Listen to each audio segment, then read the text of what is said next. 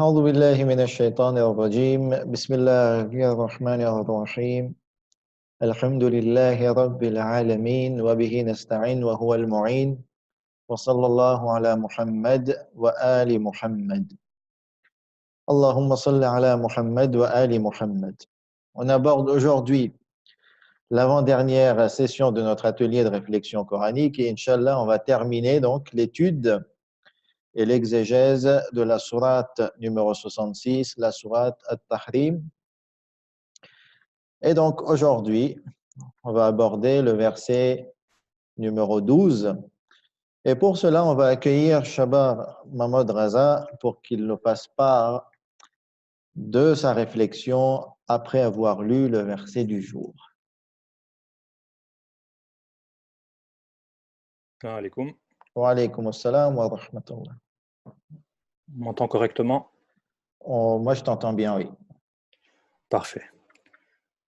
Donc, je vais commencer par la lecture du verset. Bismillahirrahmanirrahim. De même, Marie, la fille d'Imran, qui avait préservé sa virginité, nous y insufflâmes alors de notre esprit. Elle avait déclaré véridiques les paroles de son Seigneur, ainsi que ses livres. Elle fut parmi les dévoués. Donc, première chose qu'on peut dire, donc c'est le dernier verset de la sourate et qui vient en conclusion donc de comment le chapitre avait commencé par le fait que un secret de Rasulullah avait été révélé par l'une de ses épouses. Et il vient aussi en conclusion des quatre derniers versets où Allah subhanahu wa ta'ala donne l'exemple, donc, cite en parabole les deux épouses de prophètes qui ne sont pas des exemples à suivre. Et ensuite, donc, versets 11 et 12, où il y a l'exemple de la femme de Pharaon, Assia, et de Bibi Maryam.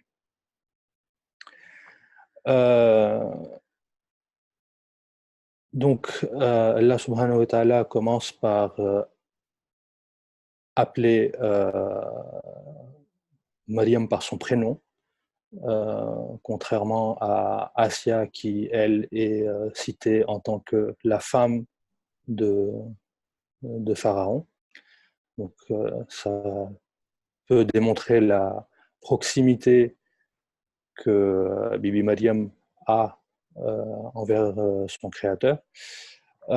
Deuxième chose, Allah subhanahu wa ta'ala atteste de la virginité de Bibi Maryam. Alors ça, on sait que, enfin, l'histoire nous dit que ça a été une épreuve très difficile de vivre dans sa communauté pendant la période où elle était enceinte. Elle a été traitée de tous les noms, que ce soit par la communauté ou les rabbins de la communauté. Donc Allah atteste dans ce verset qu'elle a préservé sa virginité. Ensuite, si on continue le verset, donc nous y insufflâmes alors de notre esprit.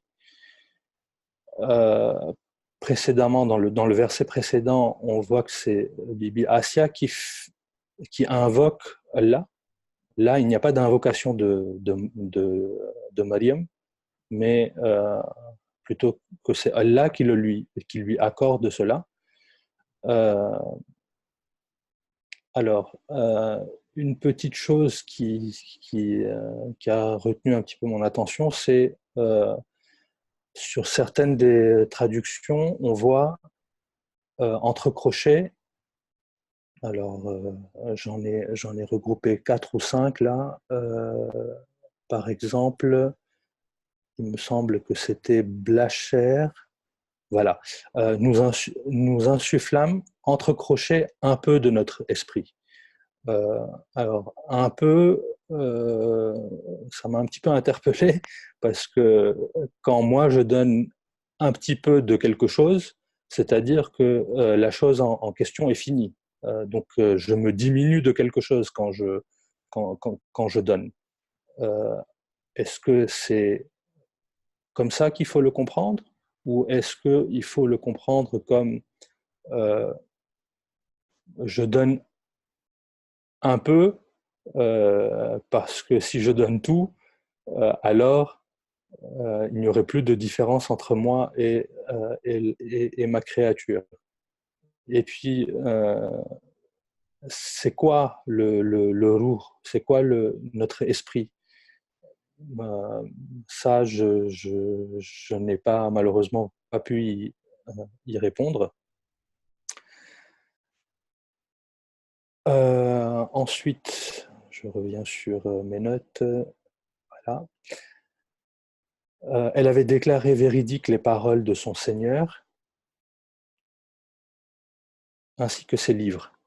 Alors là-dessus aussi, j'ai relevé qu'il y avait des différences entre les traductions. Euh,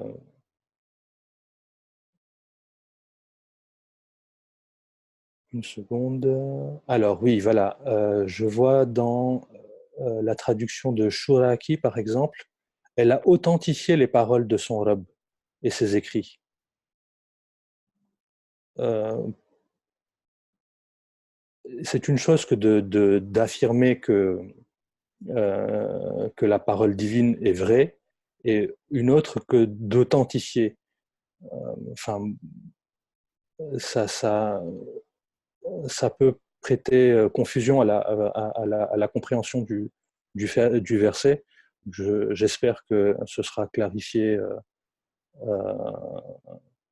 un petit peu plus tard par toi, Inch'Allah. Euh, Ensuite, la dernière phrase, enfin la dernière partie de la phrase, elle fut parmi les dévoués. Euh, cette partie de la phrase aussi, il y a des différences dans la traduction. Il y en a une que j'ai relevée, et c'est celle de Denise Masson. Et c'est quelque chose qui me gêne énormément. Elle était au nombre de ceux qui craignent Dieu. Cette notion de la crainte de Dieu, j'ai énormément de mal à la comprendre. Euh, Pourquoi est-ce que Dieu devrait être craint, que Dieu soit adoré, qu'il fasse l'objet de dévotion, etc. euh, je peux le comprendre, mais craindre Dieu comme si c'était une personne, enfin ça euh, tout de suite il y a quelque chose de négatif qui ressort de ce mot. Alors je ne sais pas s'il est mal traduit par Denise Masson ou c'est moi qui le comprends mal. Je ne sais pas. Voilà.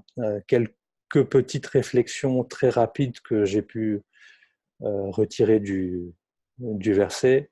Sinon, il est assez explicite et clair. D'accord, très bien. Je te remercie. On voit clairement que tu as suivi la méthode d'Allama Tabatabai, qui est la décortication segment par segment. On va revenir avec Allama Tabatabai et on verra ce qu'il nous apporte comme élément supplémentaire. Et donc, on continue avec l'exposé de quelques traductions. On va soulever certains points, dont des points soulevés par l'intervenant. Alors, Kazimierski, il nous dit « Et Marie, fille d'Amran, qui a conservé sa virginité ». Donc, on parle de conservation de virginité. Nous lui inspirâmes une partie de notre esprit. Donc là, ce n'est pas insufflé, c'est inspiré. Et on retrouve le même, on va dire la même question, une partie de notre esprit. On verra si c'est quelque chose de physique, métaphysique.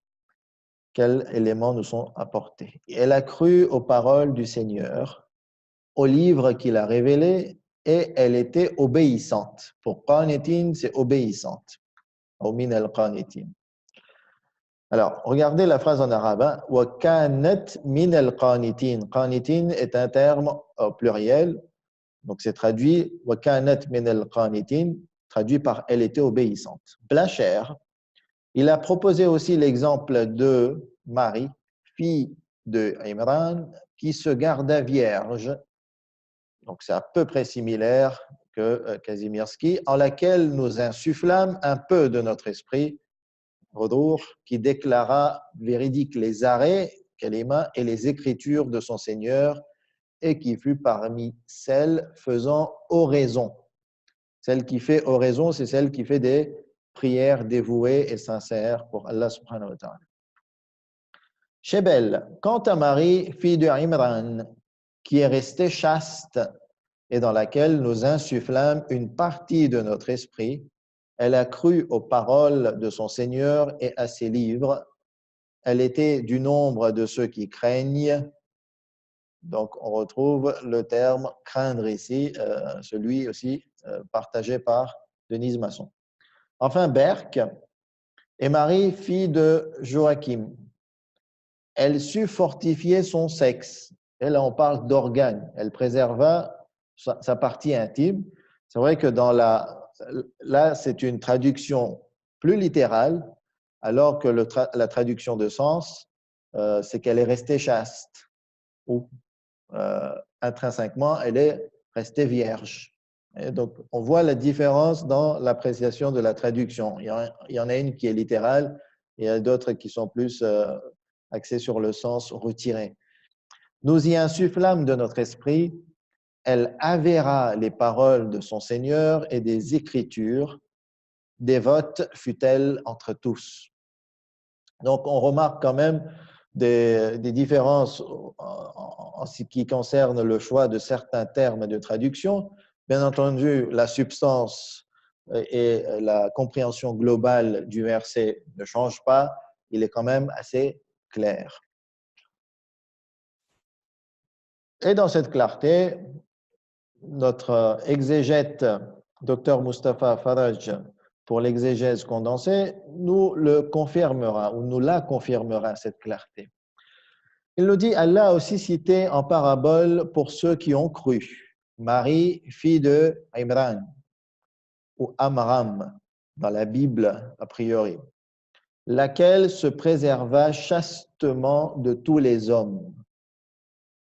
Ainsi, nous insufflâmes en elle de notre esprit. Entre parenthèses, un petit détail rapide mais très important qui répond à une question. C'est quoi notre esprit? L'esprit est une des plus majestueuses créations d'Allah. D'accord? Donc, si on traduit esprit par ruh par esprit, il ne faut pas comprendre que Allah, qui est une entité absolue, qui est un être absolu, a un esprit, comme l'être humain qui a un esprit. Non, ici, l'esprit, le ruh, lui-même a été créé par Allah et cette créature est d'une majesté. Elle déclara véridiques les paroles d'Allah révélées à ses prophètes ainsi que tous les livres célestes. Elle faisait partie de ceux qui obéissaient continuellement et qui se soumettaient à Allah. Un petit détail rajouté, et il s'agit d'une narration. Ma'av ibn Jabal, donc un compagnon du prophète, rapporta quand le messager d'Allah partit voir Khadija alors qu'elle souffrait intensément. Ici, il s'agit de la souffrance de son accouchement. Donc le prophète lui dit, je déteste, je n'aime pas te voir dans cet état. Oh Khadija, mais Allah a mis beaucoup de bienfaits dans l'épreuve. Petite phrase encore avec plein de significations. Lorsque tu rencontres tes semblables, transmets-les mes salutations de paix. Elle demanda qui sont-elles au messager d'Allah. il répondit, Marie, fille de Imran, Asiya, fille de Muzahim, et Kalima, la sœur de Moïse. Elle invoqua alors avec apaisement et sérénité pour la facilité de son accouchement. Donc, cette narration indique le statut de Marie. Allons voir le tafsir Enemouné et les principaux points que l'on pourrait retirer de ce que nous a présenté Cheikh Makarem. Concernant le verset 12, on pourrait exposer cette exégèse en deux parties. La première partie, les caractéristiques de Marie, et la seconde partie, explication sur divers termes et fragments ou segments du verset. Alors, concernant les caractéristiques de Marie, l'intervenant nous a bien fait part ici de certains éléments qui montrent qu'on est monté en grade en ce qui concerne la parabole qu'Allah subhanahu wa ta'ala propose et expose aux croyants. Donc, dans le verset précédent, il nous parle de la femme de Pharaon et il nous parle de l'invocation, il nous rapporte l'invocation de la femme de Pharaon faite envers son Seigneur. Donc, c'est le sens créature vers créateur. Ici, pardon, Cheikh Makarem nous dit que dans ce verset, on parle d'une femme charismatique et un modèle pour les croyants. Il n'y a pas de doute puisqu'elle a été prise comme modèle pour les croyants. Mais son statut est encore plus ou bien plus élevé selon de ce que l'on ressent de ce verset, surtout par rapport au verset précédent, c'est que Marie donna naissance par ordre divin. Ce n'était pas sa propre décision. Donc, c'était une décision divine, sans avoir d'époux. Donc, quelque chose qui ne s'est jamais passé dans l'humanité. Aucune femme n'a donné naissance sans avoir d'époux. Bien entendu, on va me parler de PMA et on va me parler d'insémination. Ici, quand on parle sans avoir d'époux, c'est bien entendu sans avoir eu ce processus où il y a eu intégration on va dire, du spermatozoïde de l'homme dans son rahim, dans sa matrice, dans son utérus. Non, ici, il s'agit vraiment d'un acte extraordinaire, lequel deviendra un messager de haut rang, un ulul azm. On avance. Marie, elle se trouve être au plus haut degré de la foi, selon ce que nous rapporte Cheikh Makarem, et donc elle avait la foi en tous les livres célestes et en tous les ordres et commandements divins. D'un côté, il y a l'étendue de son savoir, sa foi intense et au maximum, au summum des degrés de la foi. Et aussi, le verset nous le dit, elle était continuellement soumise et obéissante face au commandement divin. Donc, on voit que dans ce verset, il y a énormément d'éloges. Vous voyez tous les points qu'on peut retirer sur les éloges faits de la part de Dieu vis-à-vis de cette femme. On avance et on passe aux quelques explications sur les différents segments de ce verset. Premièrement, Cheikh Makarem nous fait part de la différence entre kalimat et kutub. Lorsque Dieu dit وَصَدَّقَتْ بِكَلِمَاتِ رَبِّهَا وَكُتُبِهِ, finalement, lorsqu'elle est véridique envers les paroles et les livres, quelle est la différence entre paroles et livres? Et là, Cheikh Makarem nous dit qu'ici, les livres représentent tous les livres célestes révélés aux prophètes, que ce soit la Torah, le Zabour, ou l'Injil, ou même les feuillets d'Ibrahim. Tout cela font partie des livres célestes révélés. Alors que les paroles, c'est toutes les révélations divines faites aux prophètes, mais qui n'ont pas pris la forme d'un livre céleste et qui sont restées sous forme de paroles qui se sont retransmises. Deuxième point, c'est exactement le point qui a été soulevé par l'intervenant, c'est que le Coran, c'est Dieu qui décharge Marie de toutes les fausses accusations des propos outrageants qui étaient tenus à son sujet et à son égard. Et cela par un groupe de juifs qui voulaient justement mettre le mal, qui voulaient dénigrer Marie et quelque part qui tentaient de faire baisser le statut de Marie. Mais quand c'est Dieu qui décide de donner un statut à quelqu'un, personne ne peut rien faire. Et donc Dieu lui-même atteste de sa chasteté, atteste de sa pureté, et cela finalement face à ces accusations. Donc ici, ça prend un caractère quelque part politique, c'est une intervention d'un événement sur le terrain, et finalement Marie est aidée par, bien entendu le verset n'était pas à l'époque de Marie, le verset est à l'époque du prophète, donc cela protège Marie à l'époque du prophète avant tout, parce que vous savez que jusqu'à maintenant, les Juifs accusent Marie, bien entendu, d'être menteuse et d'avoir eu des relations avec un homme, et c'est là qu'elle a engendré le prophète Jésus, et cela est réfuté par le Coran. Le terme esprit, ruh, donc dans le verset, nous y insufflâmes alors de notre esprit, signifie ici un esprit grand et suprême. Donc, on retrouve ici la notion de créature d'Allah, mais une créature grandiose, extraordinaire et suprême.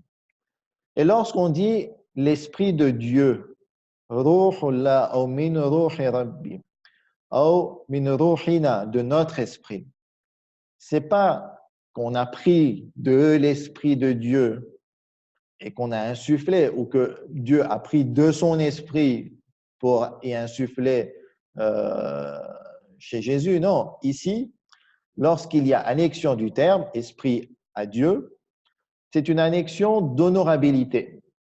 C'est une association de l'esprit à Dieu pour lui donner un honneur, un statut. D'accord ? C'est exactement quand on dit la maison de Dieu, ça ne veut pas dire que Dieu est dans cette maison. C'est qu'on attribue cette maison à Dieu en lui donnant ce statut et cet honneur, mais à aucun moment cela veut dire qu'on parle du caractère physique de Dieu, parce que c'est, on va dire, dans l'esprit de chaque musulman qui a adhéré à l'esprit, à l'idée de Dieu, il est clair que Dieu est absolu, Dieu ne dépend pas d'emplacement, d'espace, et Dieu n'est pas dépendant. Donc ici, en fait, cette subtilité est très, très importante pour ne pas faire, on va dire, aller dans une autre piste de réflexion qui, selon Cheikh Makarem, est erronée.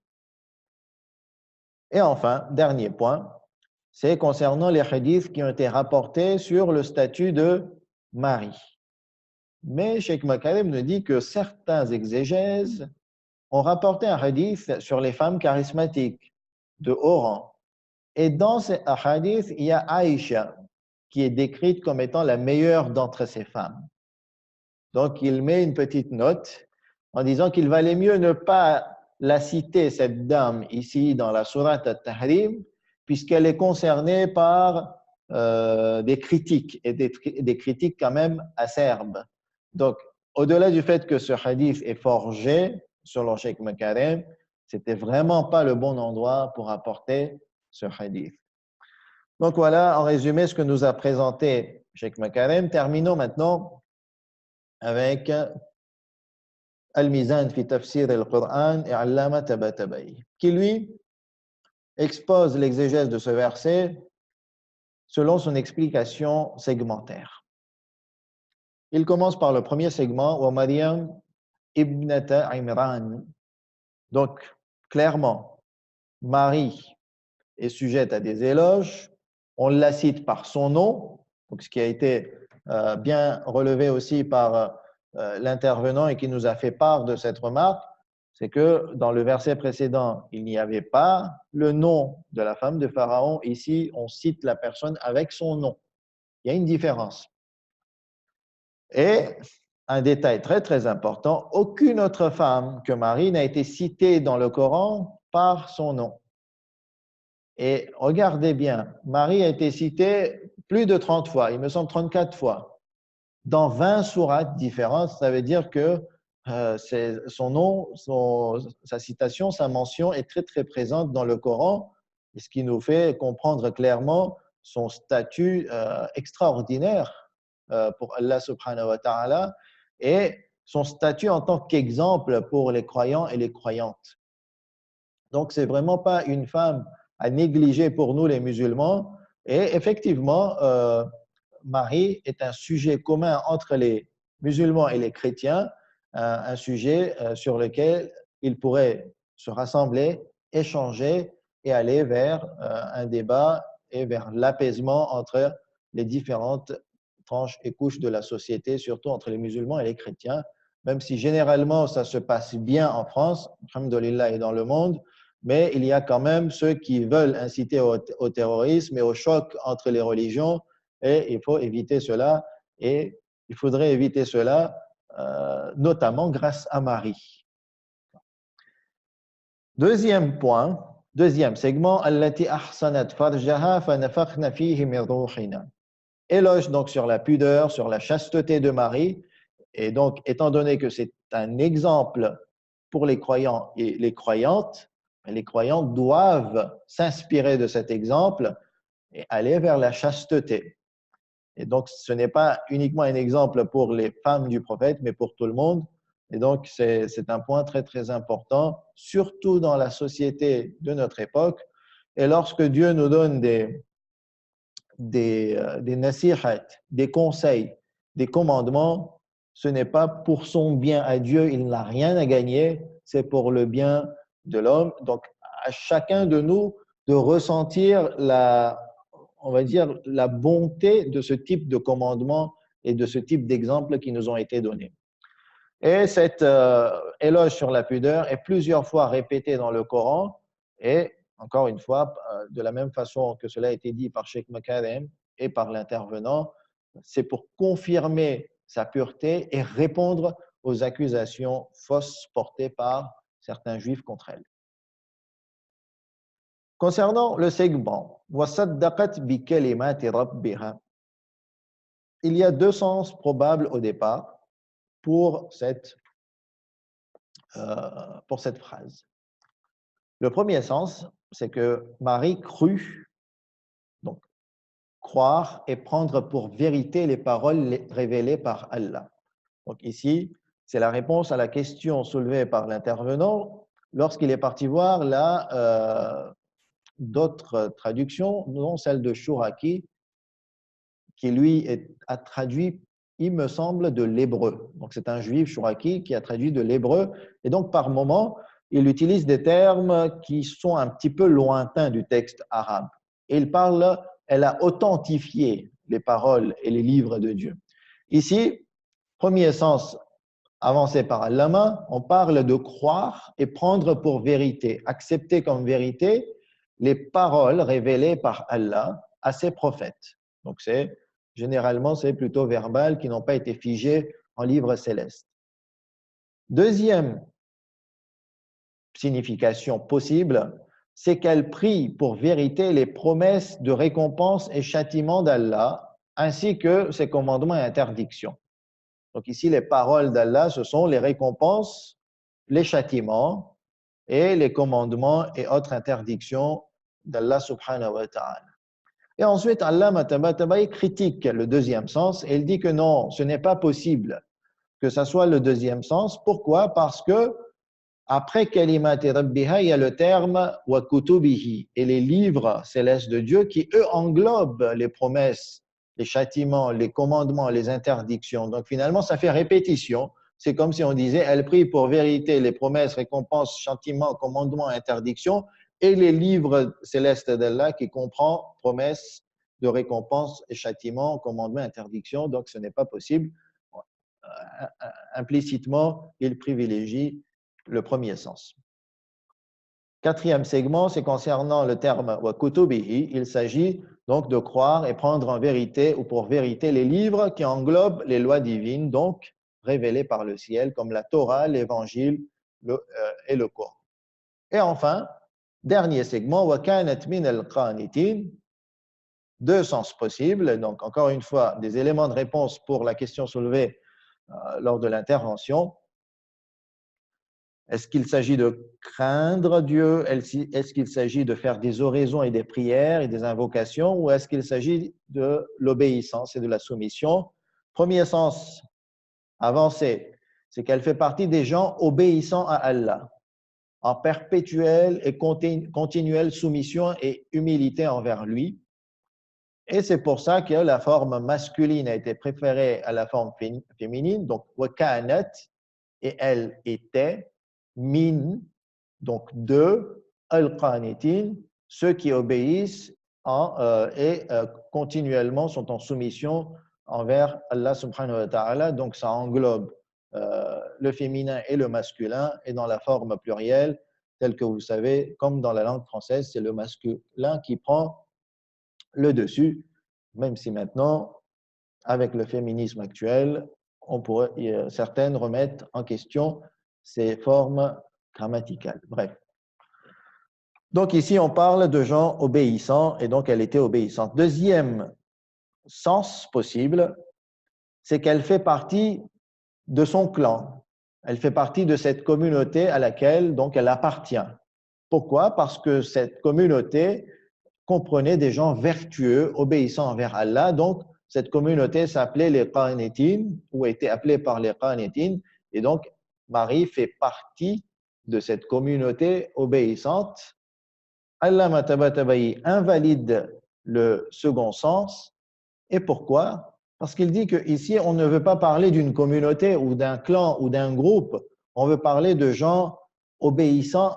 Elle est obéissante parce qu'elle est avancée comme un exemple d'obéissance. Donc, elle-même, elle est obéissante et surtout, ça marque, on va dire,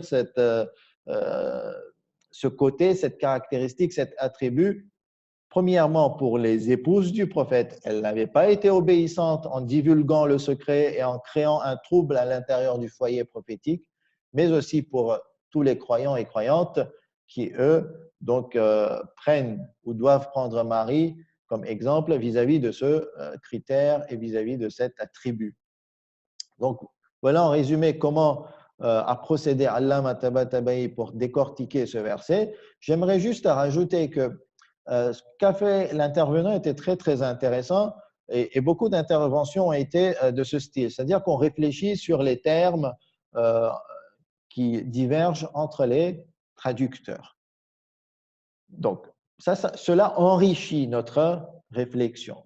Le souci, c'est que lorsqu'on veut aller de plus en plus loin, des fois, on veut diriger notre réflexion. Et c'est là que des fois, on peut s'écarter du sens voulu par le verset en arabe. Pourquoi? Parce qu'un traducteur a choisi un terme un peu lointain, voire très lointain de l'esprit du verset, et on s'embarque à travers, on va dire, ce terme vers un chemin qui nous éloignerait du sens et de l'esprit du verset. Donc, d'un côté, il y a une richesse, mais de l'autre côté, il faut faire attention de ne pas s'égarer et d'aller loin du sens du verset, sinon on va un petit peu s'embarquer dans d'autres chemins et on va s'écarter du sens voulu par le verset. Ce serait dommage. Voilà, on a donc terminé, alhamdulillah, l'étude des 12 versets de la sourate Al-Tahrim. Inch'Allah, demain, on va apporter une conclusion à tout ça. On va faire part du message de conclusion de l'exégèse de cette sourate. On va faire un résumé rapide. On va aussi rapidement présenter les méthodes employées par les exégètes, les trois, et surtout le sondage, qui est très, très important pour nous parce que sachez que votre participation et surtout lorsque vous faites part de différentes idées, mais certaines de vos idées nous inspirent vers des projets qui sont très, très intéressants. D'ailleurs, on l'avait répété, le projet de l'encyclopédie numérique des traductions françaises du Coran a quelque part été confirmé grâce à vos interventions, aux besoins qui étaient ressentis dans les toutes premières interventions lors de la première année en 2017.